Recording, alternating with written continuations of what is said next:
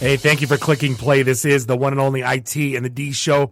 We've made it all the way up to episode 313. And no, this isn't the Detroit episode because 313. But yeah, it is. But isn't it? But it kind of is. It kind of is. You're right. Guests this week include. Well, we did make the last episode the Chicago episode. Oh, so that's right. It was. It should have been. We didn't. Yeah. Next week, St. Louis. But hey, guests this week include Mike and Mandy. They're a ton of fun. You're going to love them. They're from the Detroit SheTown Festival. It's a film fest coming to Detroit, and you will be amazed and shocked with the lineup they have gotten to come into Detroit and show off their films. Pretty cool. It sounds amazing. I can't wait to get to that interview. But hey, John Briminelli, he is the founder and CEO of Aerospace Experience Technology, says in Michigan, revolution is in the air. To find out what Planet M is doing to help businesses make that possible at planetm.com. That's planetm.com. Dave, you may fire when ready. For listening to the Podcast Detroit Network. Visit www.podcastdetroit.com for more information. Following program is intended for mature audiences. I'm Wyatt, that's Gary, you're Bob, and you're Dave. This is the IT and the D Show. This is Max Headroom. And what you're about to witness is one of the most sinister-sounding intros to a trailer to one of the greatest epics ever. This is Billy D. Williams.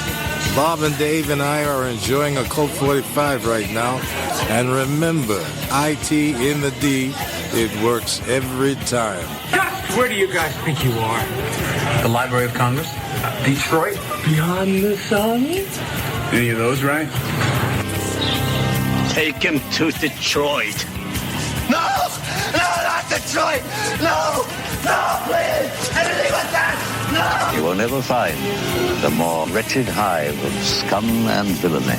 Then don't come! Shut up! Hey guys, it's Time Off. Bruce Leroy from The Last Dragon. You're listening to the IT&D Show. Hi, this is Christy Swanson, and you're listening to the IT in the D Show. And Bob and Dave touch my hoo-hoos. This is Guilfoyle from Silicon Valley, and the only two guys I hate more than Dinesh are Bob and Dave. Suck it, guys. What's up, everybody? This is Billy Zapka. Sweep the leg. Listening to IT in the D Show. No mercy. I may have to wipe the geek off. Hi, this is David Kay, the voice of Professor Xavier. Storm, come here, Storm. Sit on my lap, Storm. You're listening to IT in the D. Are we at a break yet? Hey everybody, this is Ted DiBiase, the $1 Million Man. You're listening to IT in the D. And if you want to get your money's worth, stay right here. And remember, everybody's got a price for the $1 Million Man. This is the ladies' man. Hi, I'm Ernie Hudson, and you're listening to IT in the D. All you nerds out there. Nerds. What is a nerd? Hi, this is Ogre. You listen to a bunch of nerds on the IT and the D? Nerds. I'm a nerd, and I'm pretty proud of it. Hey, Detroit, this is Anthony Michael Hall. You're listening to my buddies Bob and Dave on IT in the D. Hi, it's Count Chocula, and you're listening to IT in the D. Whatever the hell that is. Hey, what up? This is Jay Muse, and you're listening to the IT and D Show. Snooch to the nooch. Listen, Muse, Snoogans. This is Scott Steiner, Big Pump. The IT and the D Show is your hookup. Holler if you hear me. This is Robert Hayes, the Jet Striker to my mother. When I'm not hanging out at the Magumbo bar, I'm listening to the IT and the D Show. It's worse than Detroit. Is there such thing as a meat hangover? I love my Monday meat steak. Hi, this is Jeremy London from Mallrats, and I'm just wondering, how did I go from Hot Floridian Sex with Brandy spinning to the IT and D Show? Hey, folks, this is WWE Hall of Famer Hacksaw Jim Duggan, and you're listening to the IT and the D Show. Tough guy. Ho! Dig you IT geeks. This is Dre DeMatteo from Sons of Anarchy. You are listening to IT and the D. Skeptical Dave is skeptical. Hello, everybody. This is Ming Chen from AMC's Comic Book Men. I'm a techie. I'm a nerd, fellow podcaster. My favorite podcast is IT and the D. Hi, this is Kelly LeBrock from Weird Science. So, Bob and Dave, what would you little maniacs like to do first? The question isn't what are we going to do. The question is what aren't we going to do. Ludicrous speed! Sir, had you better buckle up? Buckle this! Ludicrous speed! Go!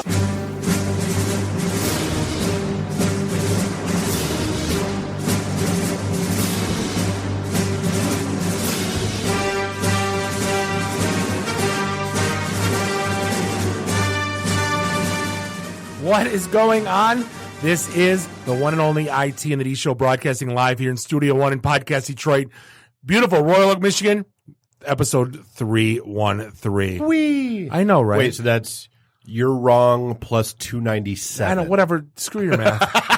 And like I want to say it again. No, it's not the Detroit episode. No, there's not. We're not going to hashtag anything. And no, it's not going to be special. It is special because we have two special guests. It's always special. It is special. Sometimes that means short bus helmet. Sometimes that means phenomenal. On a special night of the IT and the D Tonight Show. on a very special IT and the D. This is Bob the Sales Guy, barely alive, back from Milwaukee. That's Dave the Geek.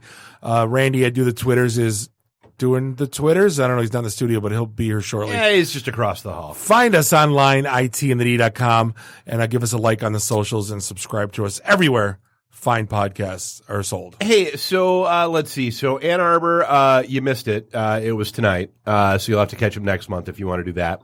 Our next event in Metro Detroit is the 19th. We're going to be at Embrew. And then before that, not this Saturday, but next Saturday, so that is the 14th, we will be at the Monroe Comic Con.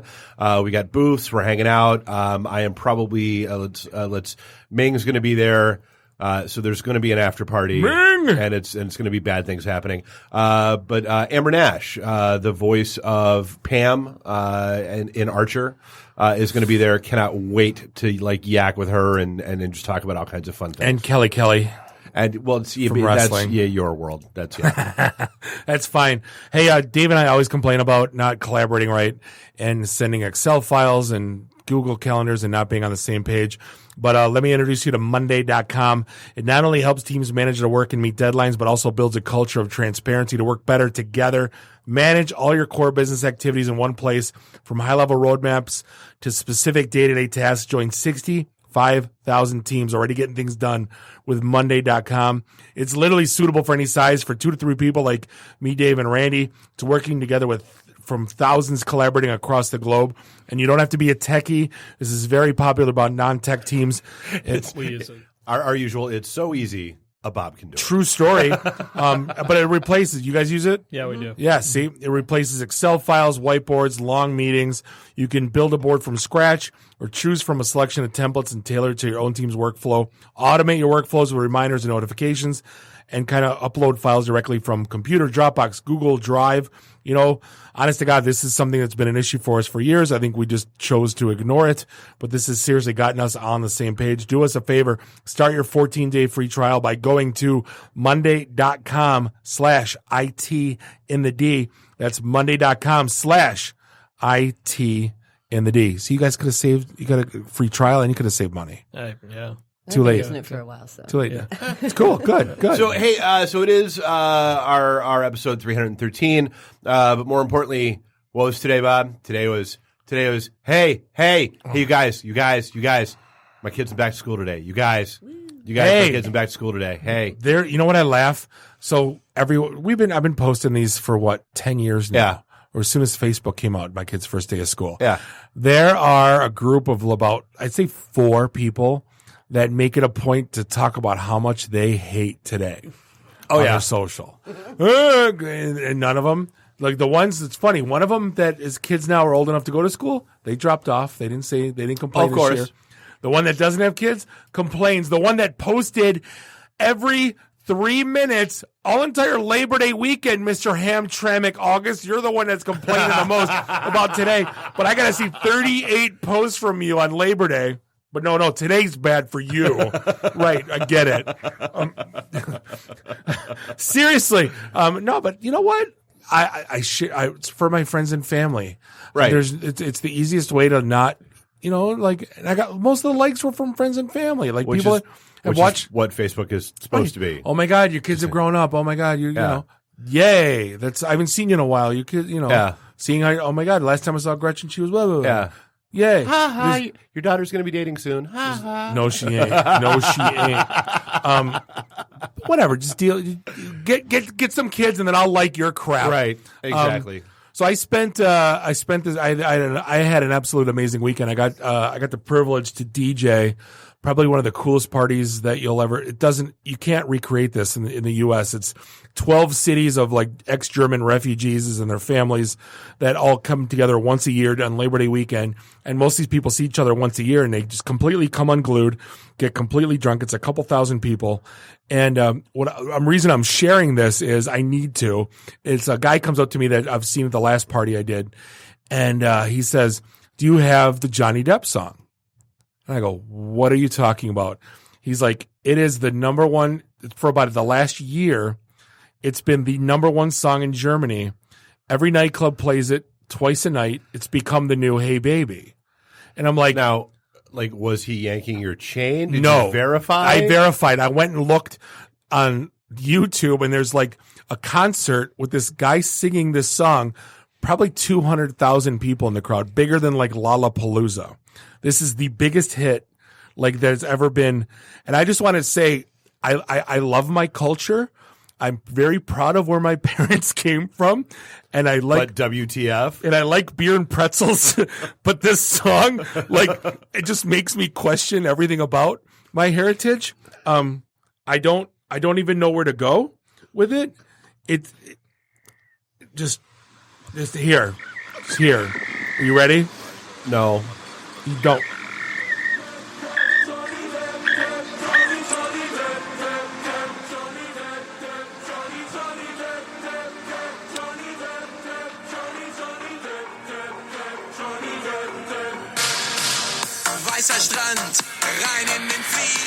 And then the song goes on for a little while. I'm going to fast forward a little bit. And there's like this slow part where it like drops down. And then they redo the chant. Depp, Depp, Depp, Johnny Depp, Depp, Johnny, Johnny. And I'll be honest.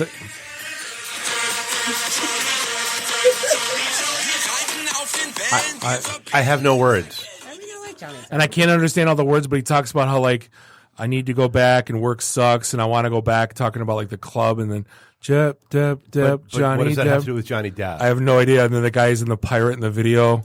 And I'm dumbfounded, and I found myself singing it all day today at work, and it's so stupid. It's been stuck in my head all day. And I don't know what to do with it. I don't know what to make of it. I don't know what to do with it.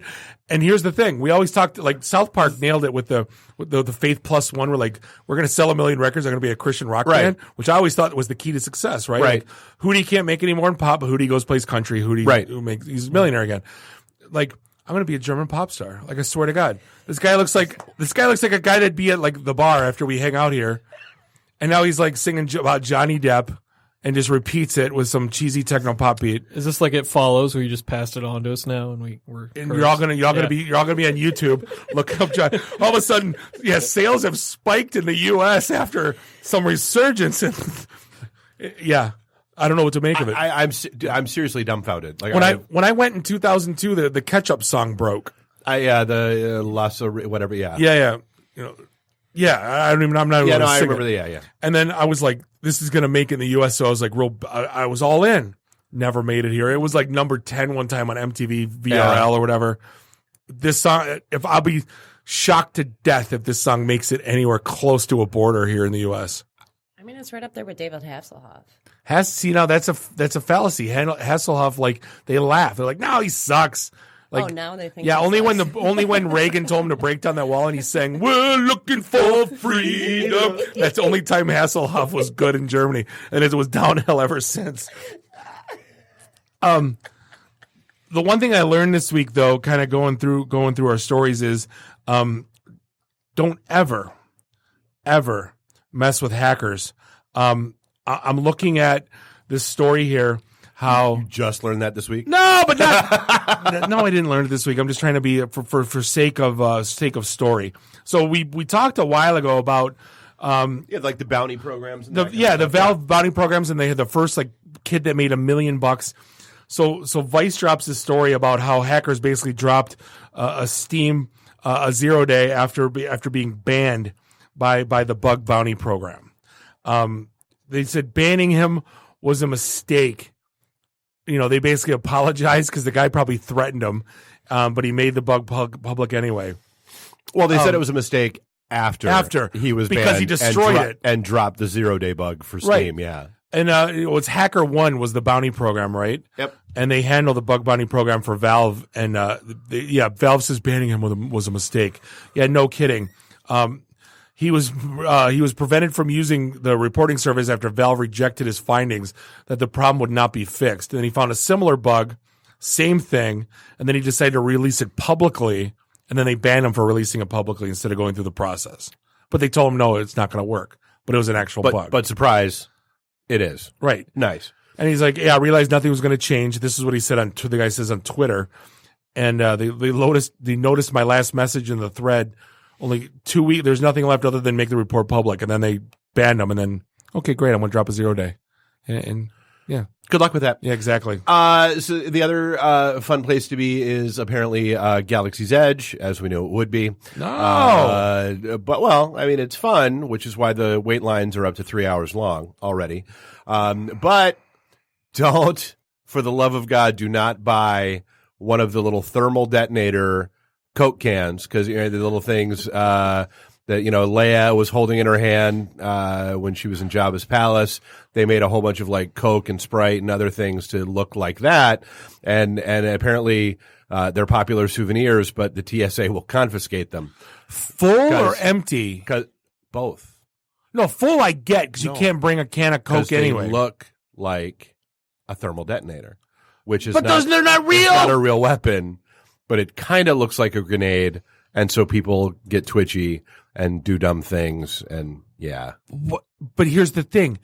That's the one you need to have that. Like if it's the $5 of all the expensive shit at that right. park, I'm not buying the $25,000 R2D2. No, you're buying 3 of these, right, and put them on a shelf, and you're giving 3 to your friends because you need to have this. This is like the must-have thing for $5, which is cheaper than a bottle of water at Disney. You crooks. Yeah, no kidding. You crooks. Because they said they reversed that. What? TSA reversed that. Since when? Oh, did they finally? Because that Friday. was. Oh, okay. So I was going to say that was just this week or just last week. Well, yeah, because fans were quick to ask if removing the cap and would be or stored in their luggage, and they squashed the loophole. Oh, and now they finally. Said, okay, we can. Yeah. Okay, well then crisis averted. But I mean, how many people bought those and had to toss All of them. All of them. I mean, how many people really got screwed? That's what everyone. That's the one thing you would buy if you're going to take anything back from the park. That would be the one thing, wouldn't it? Because I'm not going to spend $300 for a droid. No, and that's a really cute thing. The $40 cocktail I can't take with me because I'm going to pee it out in a minute. Right. So I want the thermal detonator, and I want to make the noise that Princess Leia makes under the mask, which I can't replicate right now, but I wish I could. Whatever. No, her voice. Her voice. Yeah, exactly. Whatever. Good. No, that was awful. Don't ever do that again. So we've talked about the show a cajillion times. If you are not caught up or have not paid attention to the Cobra Kai series on YouTube, because it was only on YouTube Premium, season 1 has now dropped for free. Season 2, the first episode has dropped, and they are releasing another episode subsequently every week. So if you have not checked it out, check it out. It's a damn good series. They've done a hell of a good job with it. The only catch, it's not ad free, so you're gonna have to, heaven forbid, watch a couple commercials. But yeah, echoing Dave's comments, it couldn't have been more perfectly written. They had every avenue to screw this thing up royal. Oh, absolutely. And they made it. They gave enough twists and turns and great writing and nostalgia moments that it wasn't like, episode 7 member berries. Well, it's not the Footloose remake. It's not It's not a remake. It's a continuation, which I give a pass to Hollywood. If you want to, you want to do Mad Max continuation? Awesome. RoboCop redo? Kiss my ass. Die. Right. Die in a grease fire. Right. Yep. But yeah, no, if you haven't checked out Cobra Kai, go. And then the other one we've talked about, because this story is just fascinating and will not die. Fire Festival is back in the news yet again, because they are suing the estate or the organization that still holds Fire Festival as a thing, has sued Blink-182 to return their $500,000 appearance fee. How does that even exist? Like, what exists? Well, I mean, there's the organization that everybody is suing. There's still several class action lawsuits pending against Fire Festival as a thing. Which made me laugh. That the other thing that broke in the news last week is that apparently Ja Rule is throwing himself behind another music festival. Stop! I'm like, dude, isn't he broke? Like, which is probably why he's throwing himself behind another music festival. Just take the hit that you took and move on. Like, do not. I mean, we heard the story that Puff Daddy has to pay Sting like $600,000 a year for the worst song ever, "Missing You." You don't think like Ja Rule's making money for "Baby" doing that 73 times? You think how much money he's got to be making? Not enough. If Puff Daddy's making $600,000 from "Missing You," which I haven't heard played in 15 years. When's the last time you listened to radio, Bob? I kind of 105.1 and 106.7. I listen all the time. Other than I don't have Sirius anymore XM because I don't travel as much. So only throwback channels, nothing else. Gotcha. So this one, I wound up talking about this story a lot with people this weekend, because there are a lot of people that use these and hit these. Apparently there's a whole market out there for counterfeit, weed vape cartridges. That will fit in your Juul or will fit in your, whether it's A-Bay or any of the ones that are out there. A-Bay's kids, yeah. So isn't this just like selling oregano in the 70s? Well, no, here's the problem. So a lot of these counterfeit cartridges are putting people in the hospital with really, really serious bad lung conditions. And there's been at least a couple deaths reported about it as well. Who is buying vape cartridges from the guy down the street? Dude, a lot of people apparently. A lot of people. Or like, well, and that's the thing. So it's not even, it's like you go to like a market, whether, like Rust Belt or, the Eastern Market, wherever, you go to market and it's like you don't necessarily, like people buying them don't necessarily know they're counterfeit because it's the brand names that are out there that are legit retailers, but they're counterfeits. Kind of like, it's not really a Fendi bag that you're buying in Chinatown. It's really not. That's not real? No, it's really not. Yeah. What? Louis Vuitton never made a sweatsuit, but you're swearing up and down that you got the Louis Loot. No.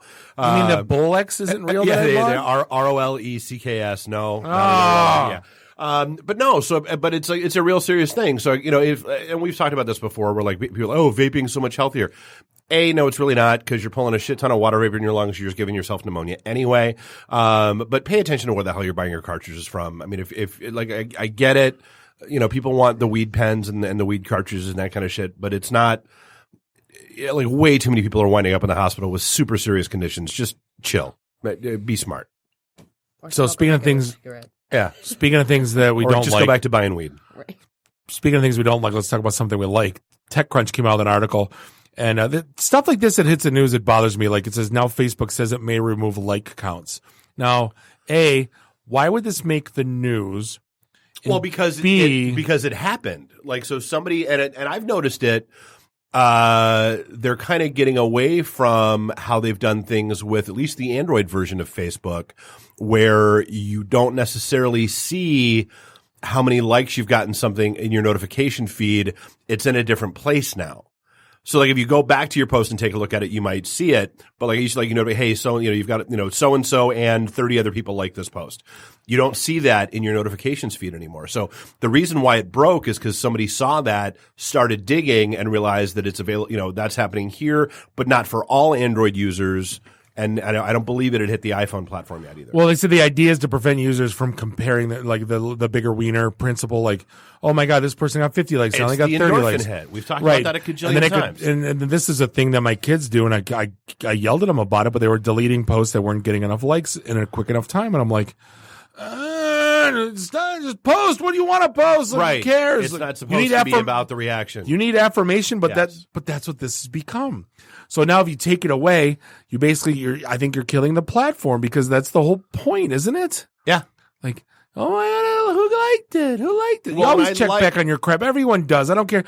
Like, No, but I mean, like even with Facebook's generic algorithm, like I'll see stuff that people posted 2, 3, 4, 5 days ago, and it'll be my first exposure to it. Because someone liked it and bubbled it up. Yeah. Or whatever. Dumb. Not a fan. Someone's gonna come out with a better mousetrap. You know what I am a fan of though? What? And I'm just gonna put this out there generically. Bang Bros. I'm a huge fan of Bang Bros.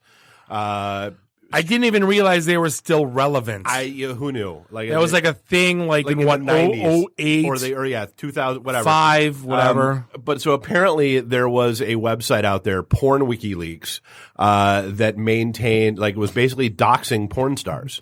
And giving out like their real names, real addresses, real phone numbers, real all that stuff.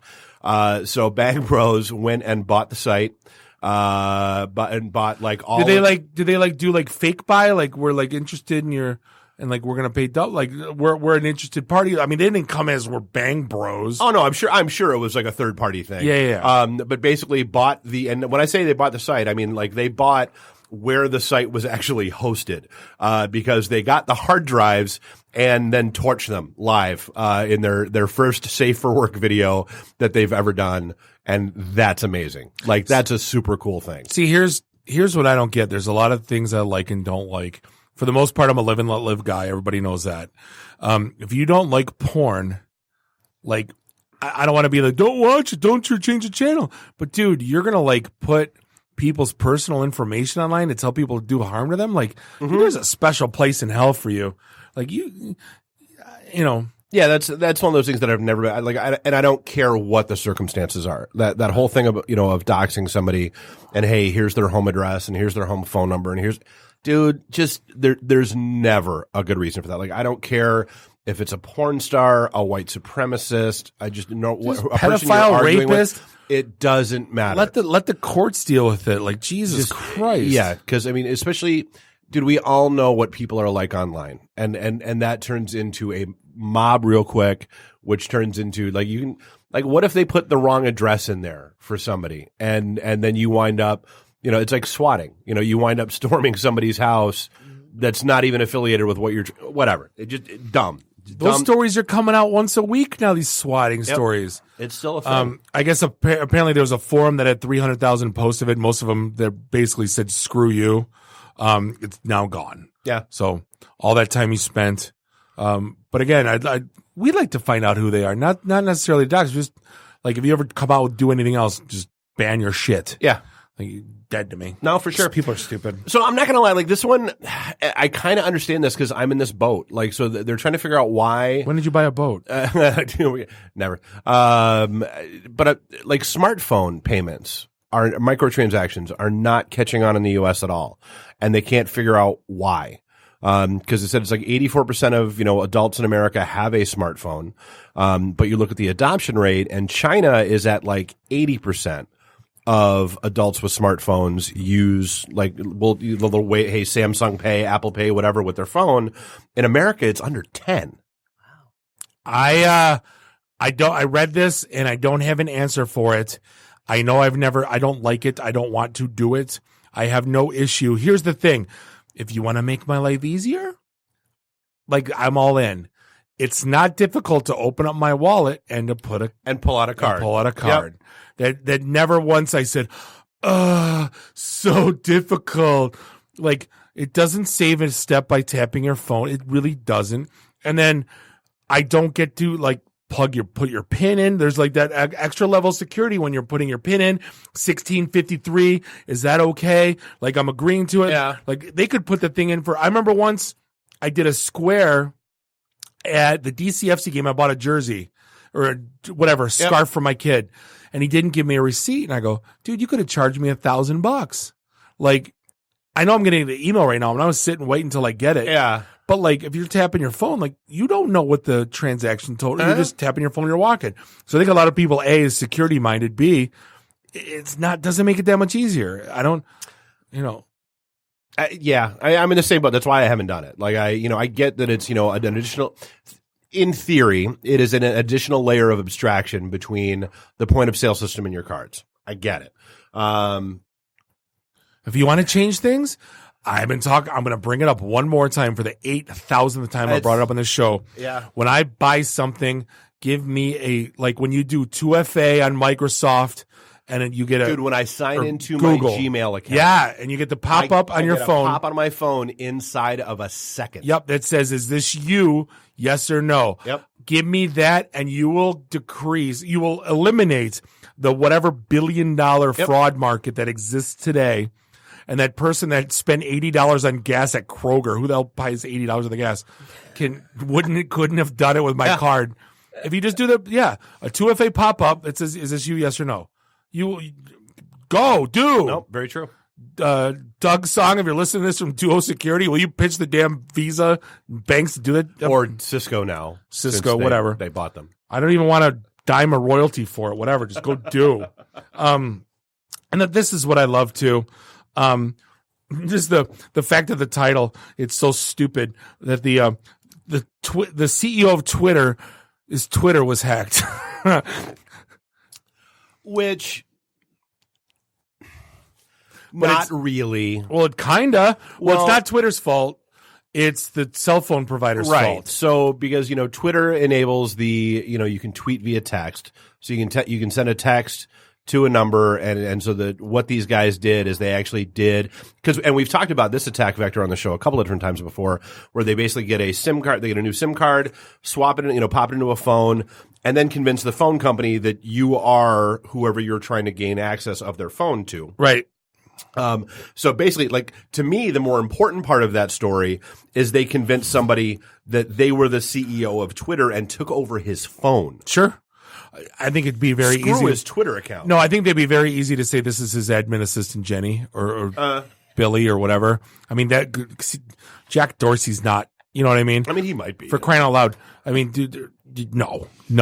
Hello, I've got Mr. Dorsey's new phone. And Right. I've ordered a new, and I need access to his, What harm was had from the hacking? Like, was anything put out? No, they started spewing of course, like anyone anonymous, they spew racial slurs, anti-Semitic tweets, and offensive content before everything was removed. Okay. It's like, what's your first thought? Like, I'm Jack Dorsey. Like, what's your first thought? Oh, anti-Semitic and racist. Like, you don't just say, like, I just pooped my pants or something, like, funny. Did he take an Ambien and like? No, right. Yeah, it's the Anthony Weiner defense. It wasn't me. I was drugged at the time. So Trump hacked his account. Yes, every day. Every single day. But yeah, apparently I think the service providers need a good depancing. So that's there's like I said, to me that was the bigger part of that story that kind of got glossed over. Right. Hey, so when are you going zipline shooting? Dude, I thought this story is so just Merca.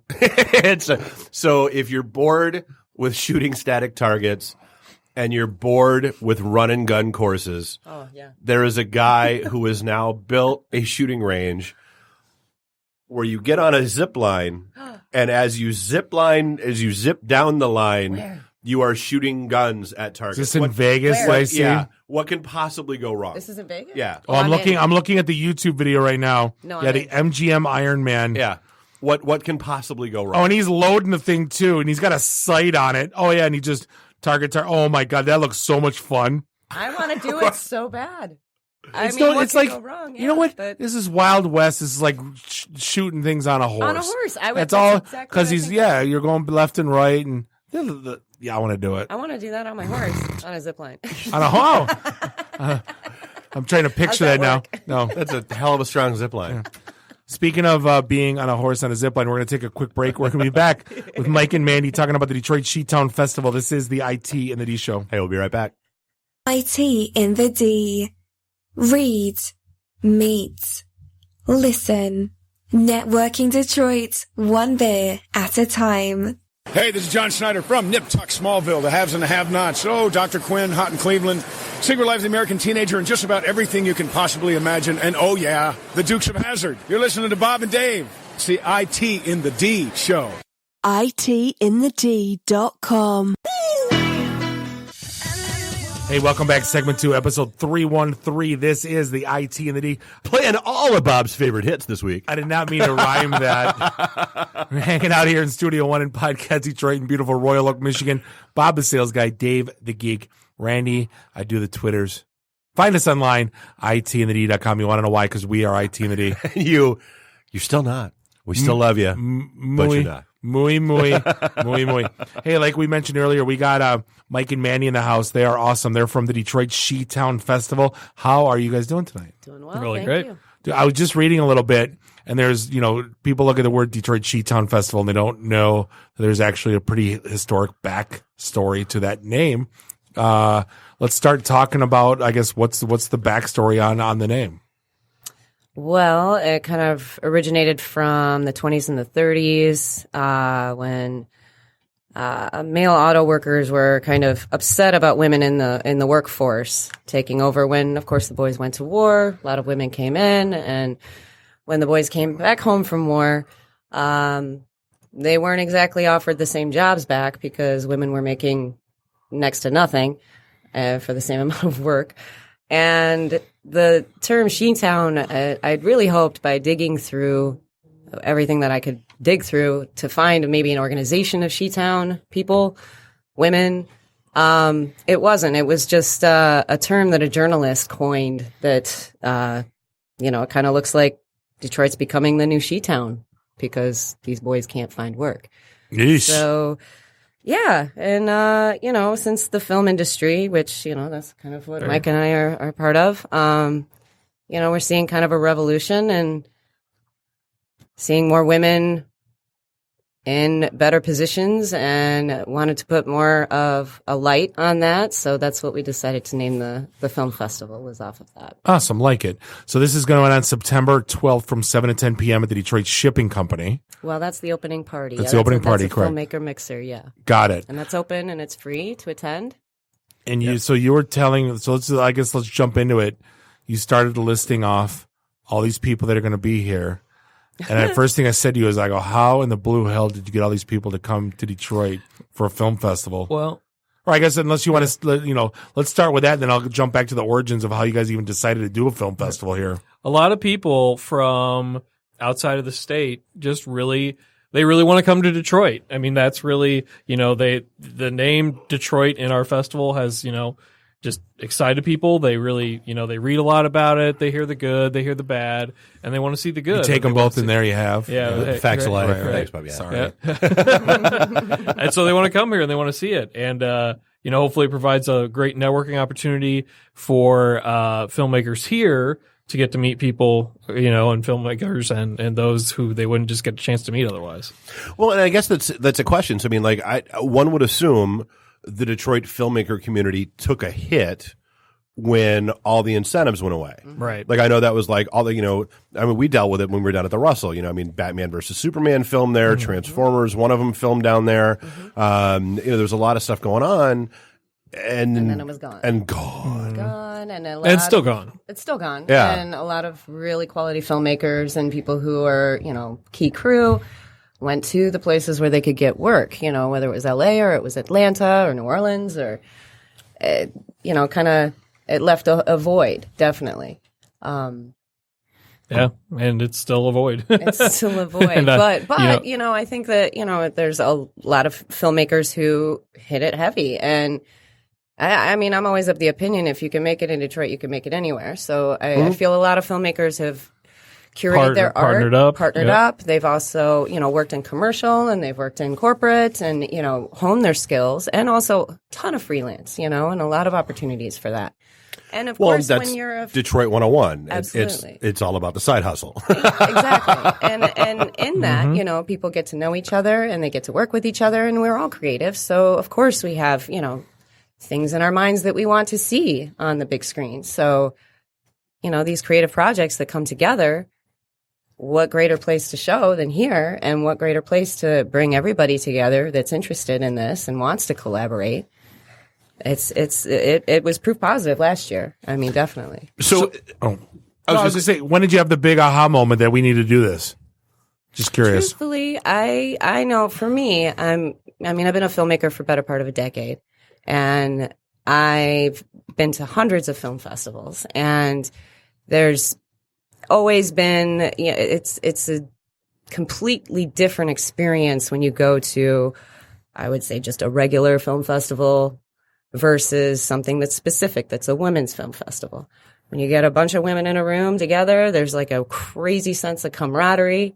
And it's just a different experience. And that's what I felt. I went to a film festival, a women's film festival in Toronto, and I just knew we had to do it here. And because it's just, you didn't see very many of, you see it in LA, you'll see it in New York, you'll see it in Toronto, bigger cities like that. it just hadn't been here. And we wanted to really bring films to audiences too, right? It's a lot of short films from here in Michigan, from across the U.S., internationally, content that you just really wouldn't get a chance to see otherwise, and bringing that to audiences, and we didn't want to create just another film festival, right? There's already a lot of those out there, right? We wanted to kind of bring those voices and bring that hopefully uniqueness to the project. So that's what I was going to ask. Is when you guys announce something like this, how many submissions do you get? Well, this is our second year. So submissions went up by about 40% this year. Mm-hmm. The response has really been great. As I say, some other cities, do something similar, Atlanta, Boston, things like that. This is the first here in Detroit that we knew of, and we hope it can only grow bigger as things go on. So here's a guy on this side of the table that's never been to a film festival. Okay. I get it. I love movies. Just like anybody else. And I had this conversation with a buddy of mine in the car this weekend when he was, telling me, the Joker looks really good, and we're arguing. I don't know, the last trailer looked good. And he goes, the last film festival it was at, literally got a standing ovation. I go, it's because it was at a film festival. That's stupid. Tell me why. No, literally, tell me why I'm dumb. That was my first inclination. What I'm trying to do now it's is just a bunch of filmies that are no. I want you. I'm trying to get to the people that are on the fence about going. I want to say okay, this is the reason why you need to be there. You know what I'm saying? Well, yeah, because the general perception, when you hear film festival, you typically think avant-garde, serious, very dark, very noir, very, it's for the people that like to, sit around and, smoke cigarettes in dark rooms and dissect. Artsy. Yeah. I think we were pretty clever with the programming with this. There definitely are some subject matters that are quite hard-hitting, and they're all from a woman's perspective. So I feel like a lot of these are the subtle context of them, of the female eye on these films, is phenomenal. Stuff you don't usually see, stuff you don't usually quite think about.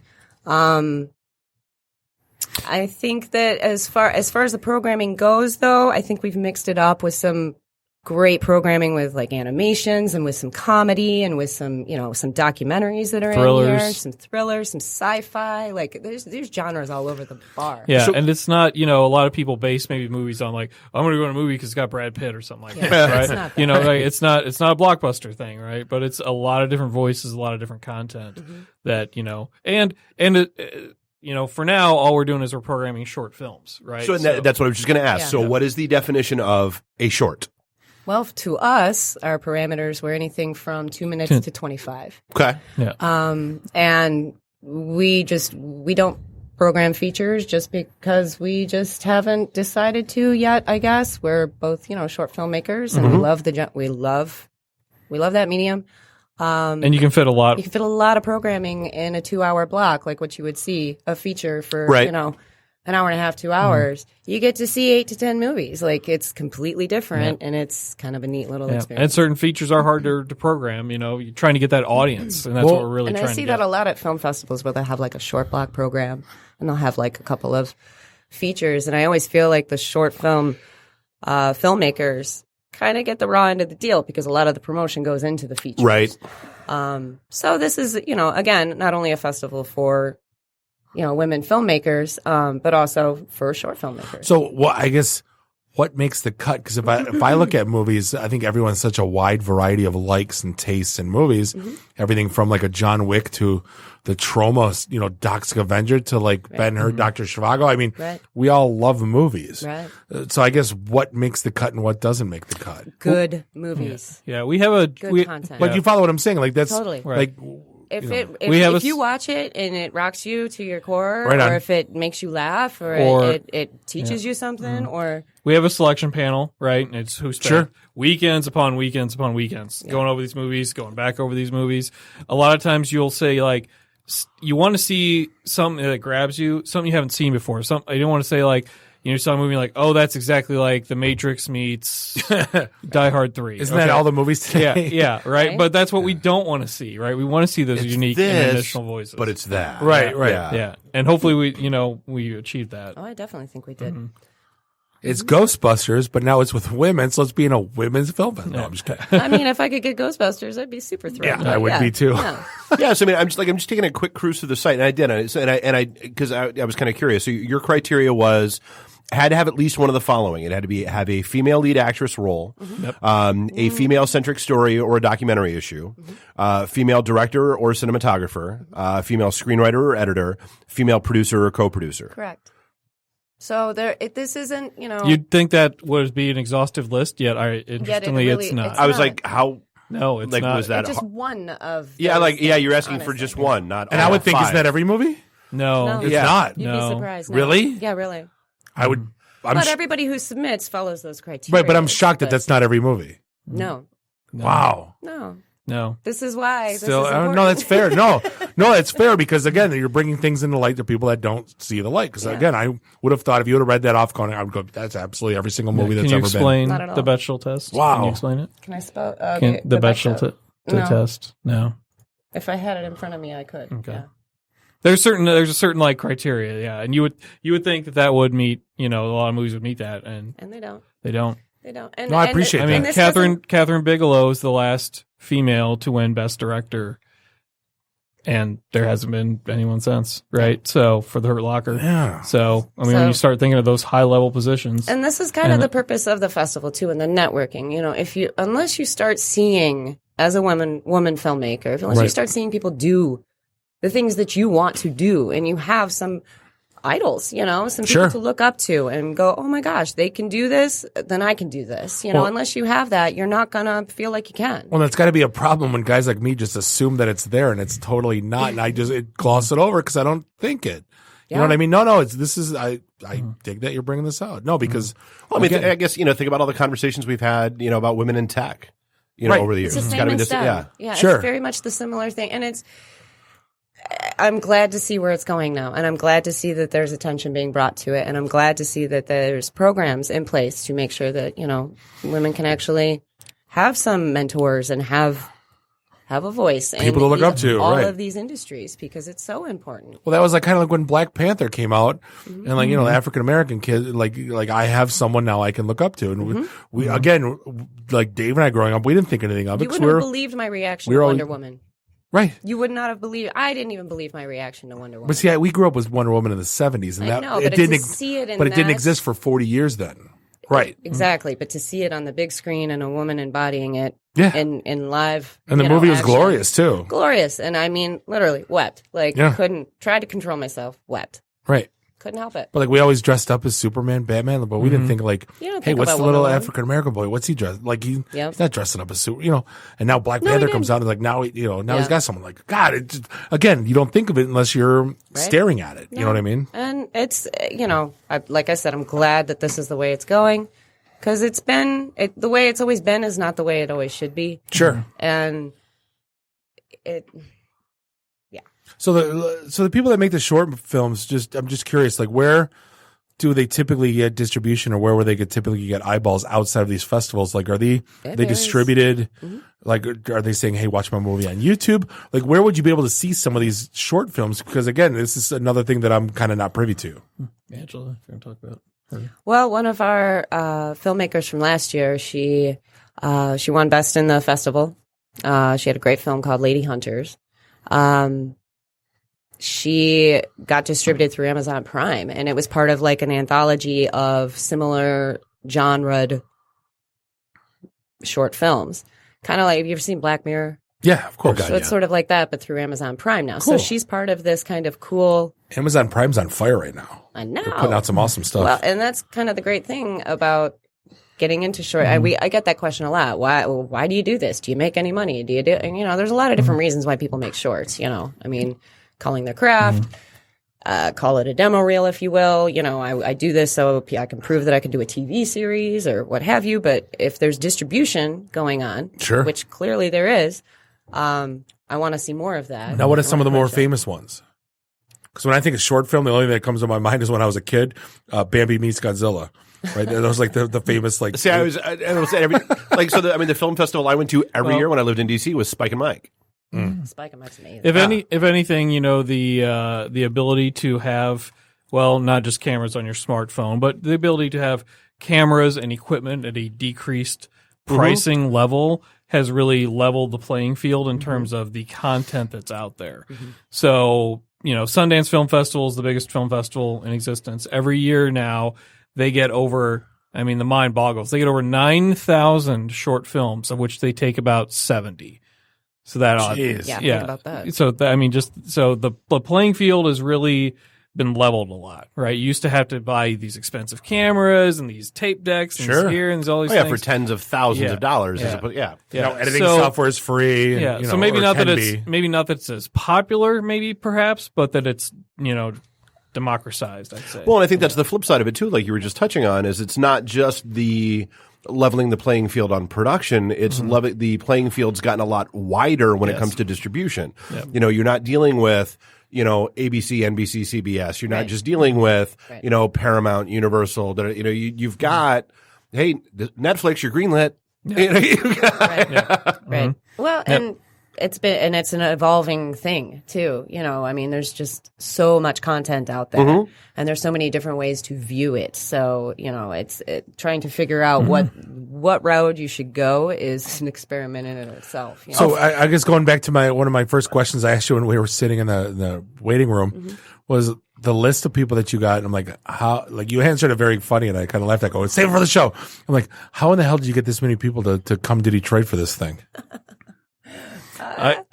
Word of mouth, honestly. Yeah. That's impressive as all hell. That's what I'm getting at. Crazy. Yeah, we'll have about between 40 to 50 filmmakers coming from Michigan and from the U.S. and then internationally. Yeah. So there's filmmakers coming over from Australia. There's filmmakers coming from L.A., New York, all around the United States, from Canada, physically coming here. Yeah. Just one little quick neat story was 3 filmmakers from L.A. who met here in Detroit, who all lived in L.A., but never met here, and now they're working on a new short film project together because they met here. But they were doing it out. How cool is that? Right. Yeah, right. And they never would have met out there, and then they all lived there. Well, and Mike, and you were, I think you were looking up IMDb or something, and you were commenting on how you were completely fanboying out. Who were some of the quote unquote people you're fanning out for that we should hire security to keep you away from? I'm just kidding. Come on. Well, maybe we should talk real quick about just like our breakdown of like what's playing what night. Right? Yeah, perfect. Because you've got stuff going. So so Thursday night, not this Thursday, but next Thursday, the 12th. You've got the kickoff event over at Detroit Shipping Company, which great. We've got we've got our studio there. Probably going to try to get us maybe another show or two there to interview folks, that kind of stuff. But then starting Friday, you've got panels and showings and events and all that kind of, including after parties at Old Miami and everything. There's a great, the Taste of SheTown is always our kickoff every Friday. It's a multi-genre block. A lot of the filmmakers who have films in that are coming. There's also a director's panel that's preceding that. I should have led with that. The thrillers, Friday the 13th. Why would you not have a thriller block? Indeed. So there's some great films in that, including there's a local one called Knock Knock that's been killing it in the Michigan circuit, by the way. Desert Prayer is an amazing one. That's the one you were kind of fangirling over. Yes, Amelia Rose Blair, who was in Detroit Becoming Human, the Very cool. video game. Yeah. Her and her husband are both going to be there Friday night.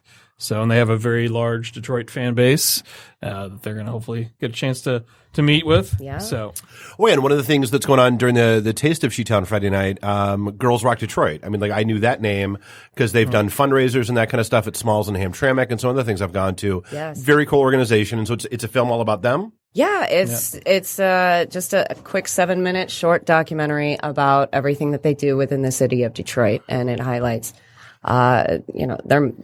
their mission. Cool. Along with a lot of other really great films that are in that block. It's one of those multi-genre blocks, which majority of these are. You'll get some comedies, you'll get some docs, you'll get some animations, you'll get some great dramas. We got films a couple films that have premiered this year at Sundance, at South by Southwest, and at Tribeca. Mm-hmm. So and Palm Springs. So is there anything that's totally out of I'm trying to think the taste level, or like just saying, oh my God, this is the worst, the grossest thing. Cause I mean, again, to some people that might be, I'm just wondering, where's the line? Is there a line, or is this pretty open? I notice women filmmakers when they do horror. Yeah. Are you talking about like thrillers? Yeah. It's never overly gross, you know? And When I think indie films, I always think trauma. Like I grew up on Toxic So it's Avenger. more Alien versus Aliens. That's the line I always drew. That's not a bad one. Yeah, it's. I just feel like it's more psychological horror. So Alien was more in your brain messing with you. Yeah. Aliens was. There's some pretty cool special effects. We have some zombie films. We have some the special effects that these women are putting together, pretty freaking impressive. And All the high end. All the programming blocks are unrated. So we have to say that. Yeah. So bring your kids if you want to. If you dare. If you dare. Yes. But they are unrated, as most film festivals are. Right. Yes. Yeah. So. But there's a great documentary block on Saturday. Which has seen a real resurgence. Yeah. Documentaries are huge. I mean, like every time I turn around, there's another one that either Netflix or Hulu or Prime is like, hey, have you seen this one yet? Yeah. No, but I want to play. learn. But I'm about to learn. Yeah, you're going to learn some things. Now, where are the films being shown? They're being shown at Cinema Detroit in Midtown. Okay, cool. Yeah, it's a great little venue, Sure. and I don't know. I dig it. The filmmakers dig it. Weren't they one of the Hatch contestants we had in? Nope, I would remember that vividly. No. I don't even know what that means. I think they might have been one of the Hatch Detroit Final Four one year. Nope. Okay. Hatch Detroit's a contest that it's sponsored by Comerica Bank. They give like money and legal support and accounting support to try to launch small business if they're not, in the then city. they should be, because they're doing an incredible job of bringing independent film. They're the only independent film art house. They're the only. I swear. You swear a lot. I do. They're the only theater Detroit Yes. besides the Senate, I guess. Wasn't I thought Magic Johnson was supposed to open up a Cineplex, and I guess that there's been rumors of bombed that. out Yeah. for like 15 years, I think. Yeah, I mean, there was the GM Rensen 4. There was. Oh my God, there was movies in the Red Sun, and that all closed. That was pre-GM though, wasn't it? Or it was out in the 2000s. Was it really? No, Okay. I saw. I may have snuck off and watched a movie or two there. Yeah, I think I did too. No, because we used to hang out there before we go to the bar. There, we'd like, let's go to the Renaissance Center and walk around. Yep. So they're the last film, basically, like programming venue standing. So right now, what's the cost? $10 for a program. Mm-hmm. The Thursday night networking parties is filmmaker networking parties free. That's free. Okay. That we have. Do you want to talk about the directors panel on Friday night? Directors panel is free also. That's going to be moderated by one of our alums from last year. And I don't have who's going to be on the panel yet. I'm waiting on confirmation from one more before we release that, but that will be on the website. But just a great discussion with, some of the directors who have films in the film festival, who are moving and shaking in the industry. And I think we'll have some great conversations with whoever comes to. So like $10 and you can sit there like all evening. $10 is for each of the programs. So each of the programs are like 2 hours long. Okay. Episode 55. Yeah. I will direct you towards that. That's when they were on the show. I was not there. Yes, you were. No, I wasn't. So they were on Hatch. Okay. We'll go ask him. No. I love how when he's proven wrong or something, he'll go away for like 20 minutes Googling and he'll like completely ignore the show and then come back with this answer of glorification. Yeah. I did it. Look at me. Have you not met me? Yeah. I win. Fake news. I win. Fake.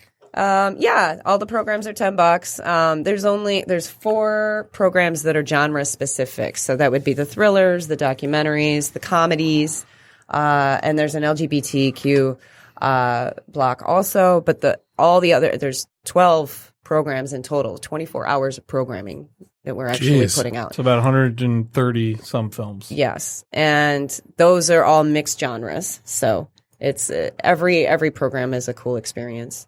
Well, and your website's got a ton of content, because that's the other thing I was clicking around on. Your website's got like going through your site, Detroit SheTown Film Festival.com. Like you've got links and trailers and bios. You can see every director who provided a headshot has debuted on there. The bio for them, the description of the film, what kind of, when it shows. So yeah, if you're curious and you want to poke through, Detroit SheTownFilmFestival.com. I'll give you, just go to the schedule. That's what I'm clicking. Yeah, that's what I went through. Yeah. Yeah. And also on their debut, it also shows all the premieres. We have 6 world premieres this year, 6 U.S. premieres, and 33 Michigan premieres. So lots of films that people have not seen here. So, I mean, it's obviously this is a press, like, covering this thing. Like, I guess how many from what different genres, like magazines and press and news and websites is there? We're looking for them. Okay. All right. No, just curious, just asking. Yeah. We're looking. We're gonna. We're looking. Fair. If anybody wants to reach out and talk about it, other than being on the the podcast with 4 listeners, you got that here, but right. I'm kidding. But hey, if you want to know more, Detroit SheTown Film Festival.com, September 12th through the 14th. 15th. Yes. See, I'm a day off. That's okay. It's because we got it on Sunday. I'm on my Chick-fil-A schedule. I don't go see. Don't work on Sundays. We work on Sundays. What? I work every day. But yeah, Mike Mandy, look forward to this. Sounds awesome. I love the mission. I love the mission. I love everything you guys said. Like, seriously, this is very cool stuff. I'm going to enlighten myself. I'm going to hang out. You should totally come. Yeah. Awesome. No, I'm in. But yeah, the Detroit SheTown Film Festival.com. Mike Mandy, appreciate the time spent. And this is going to wrap things up for episode 313, the Detroit episode of the IT and the D show. We'd like to thank PlanetM.com and also like to thank Monday.com. Thank you for keeping the lights on. On behalf of Bob and Dave and the ghost of Randy, do us all a favor, drink up your drinks. He was never in the studio. I don't know what the hell he was tweeting from. I was getting notification he was tweeting. I'm like, where the hell is he? Drink up your drinks, get your phone numbers. You don't got to go home. You just got to get the hell out of here. Drive careful. Beat it. See you guys. I forgot be safe. Be safe. You've never said be safe. I didn't? Travels. No. You always just say drive careful, get the hell out of here. Beat it. Oh, fine. Whatever. Bye. Adios. The emergency destruct system is now activated. Conan, what is best in life? To crush your enemies, see them driven before you, and to hear the lamentation of your women. Long live Flash! You've saved your life. Have a nice day. I have come here to chew bubblegum and kick ass. And I'm all out of bubblegum. Nice shooting, son. What's your name? Murphy. Make the run. The run. Game over, man. Game over. It's over, Johnny. It's over. Nothing is over. Nothing. You just don't turn it off. I can't say no, and I don't really want to, so. Well, especially with the back doors open. Yo! Hold up! Time out! Time out! Y'all take a chill. You need to cool that shit out. And that's the double truth. Ruth. Bob loves it in the can. I hope this was as much fun for you as it was for me. That's why I like it in the can. Joe on the cheese.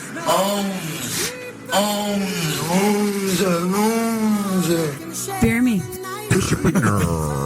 My job is to make sure this program is morally upright and cultural and wholesome. Shut up, Mimsy! Shut up, Mimsy! Shut up, Mimsy!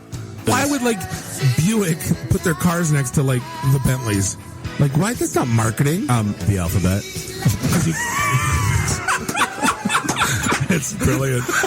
Yeah, I can't take that position. That analogy sucks because it's right. Because you're getting your 8-track tuned up. Are we at a break yet?